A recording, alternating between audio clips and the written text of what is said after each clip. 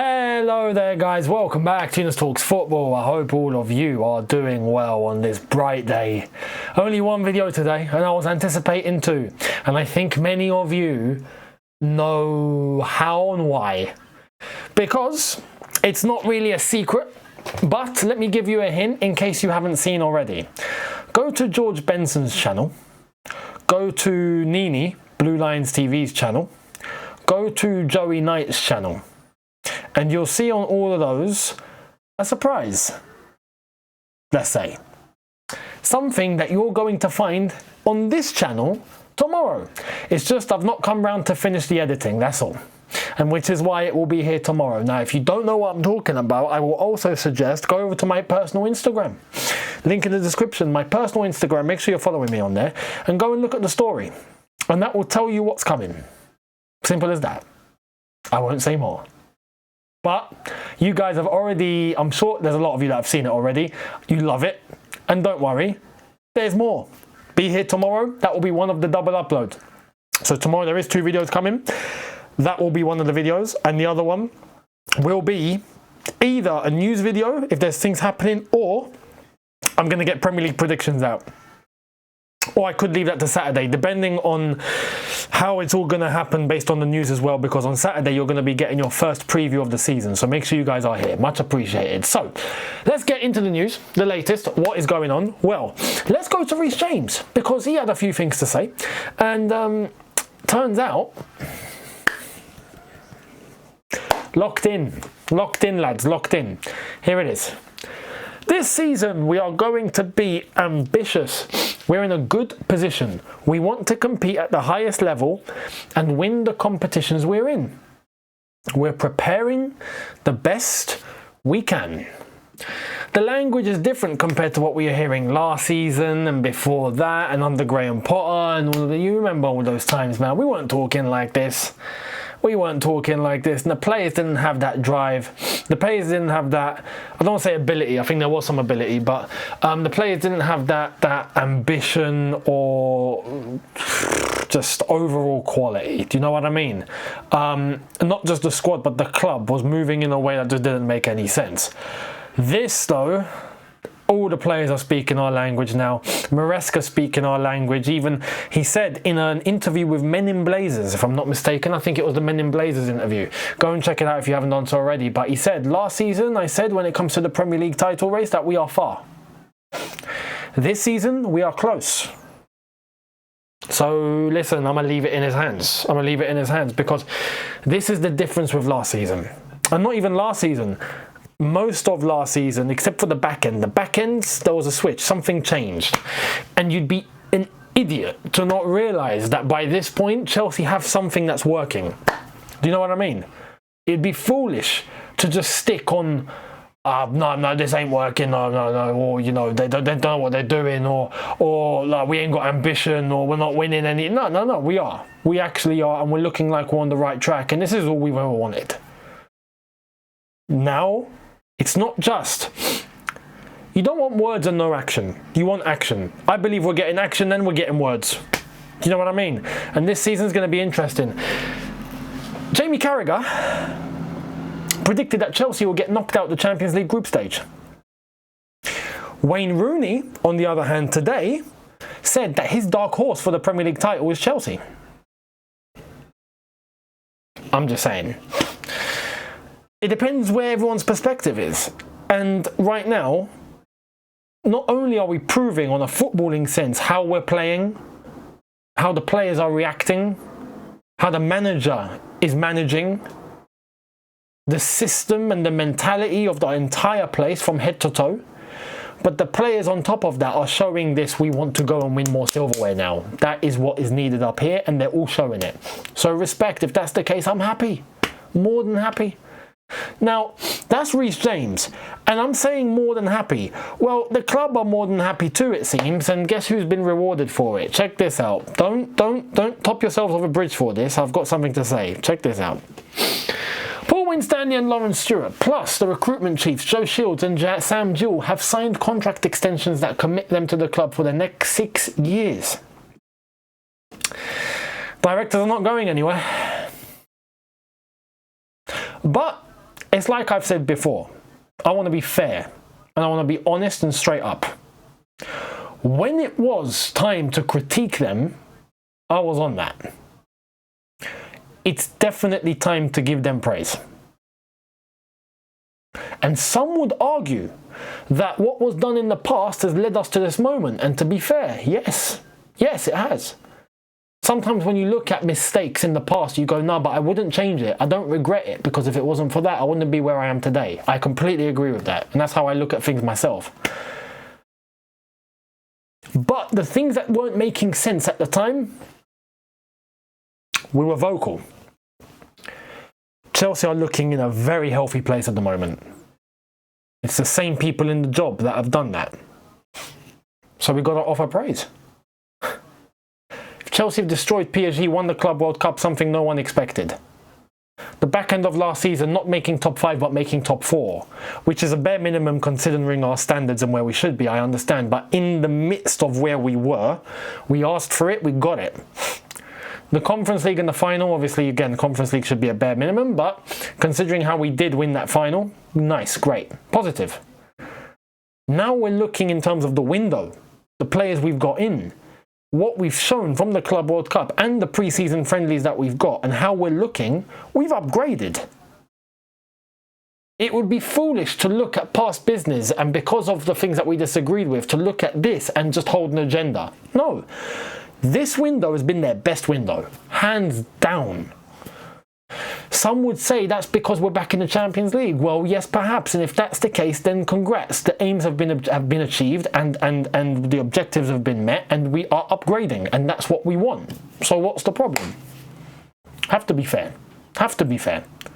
I've said before, going into this season now, everyone deserves a chance and everyone deserves a backing, especially Enzo Maresca, considering what he's had to work with and how he's managed things and how he has implemented his blueprint on everything, and it has worked, and he deserves all the backing in the world, 100%. But considering who we've gone after and the impact that these players have made in this window so far, that goes to the guys that have absolutely done the recruiting and identified these players and everyone. Look, you can't criticize on one end and go, look, no, you've done a horrific job because you don't know how to recruit or you don't know what you're doing, and then those same people go and do the right thing, and then you go, nah, but I'm not giving you praise for that. No, you can't do that. That's hypocritical.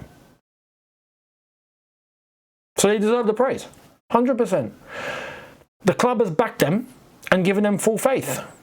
Considering where we are now and where it looks like we're heading, I get it. I understand. I understand it. I understand it. So congrats on their new contracts, but don't get too comfortable. That's my warning here. Don't get too comfortable. You have to act with urgency and you have to act with pressure because we want to get better. We're not done. We're just getting started. We want to win the Premier League title. We want to win the Champions League again. That's where we want to go to. That needs to be at the forefront always. So keep up the good work, but make sure you're taking us there. That's it. Let me know your thoughts down below. Xavi Simons. Fabrizio needs to stop talking about him, honestly, at this point. To stop. Let me explain why. Here it is. Xavi Simons to Chelsea is waiting on the exit of Christopher Nkunku. Bayern are serious considering making a move for Nkunku. For Garnacho and Simons, we wait. But I think Garnacho will 100% happen. Now, people hear this and go, oh, no, but that means Simons ain't happening. Listen. He just said it. We need Nkunku out the door. Now, I got to be honest.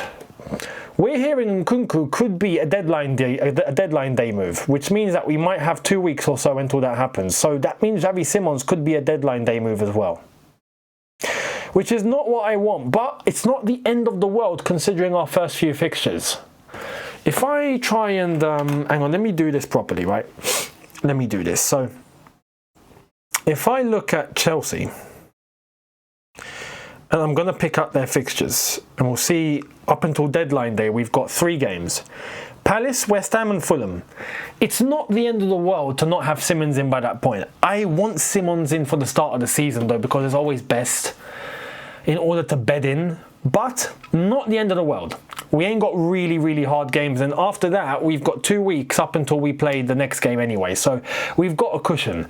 But Garnacho is looking like it doesn't even rely on anyone leaving the club. That's just going to happen anyway. Which makes you question, why aren't we just getting Simons now then?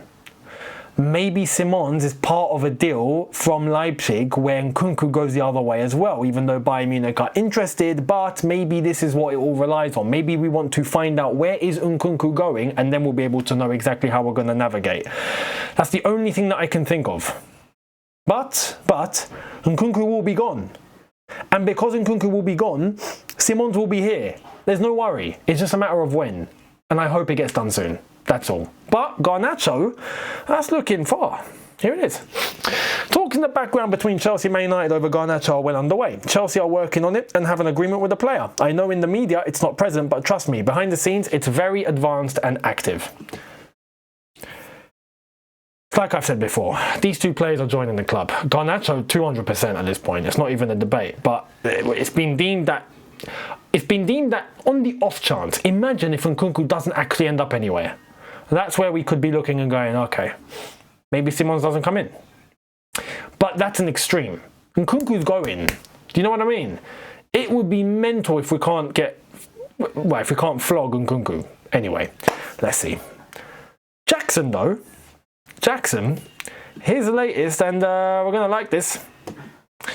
Chelsea are relatively confident of getting a suitor for Jackson. We could get a surprise there too, says Ben Jacobs. I've heard another Premier League club that no one has talked about who are quite keen on Jackson.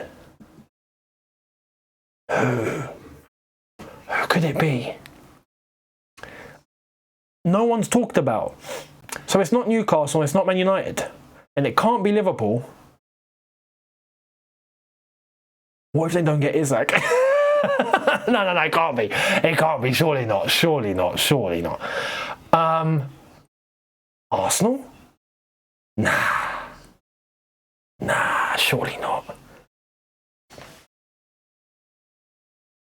Surely not. No, it can't be.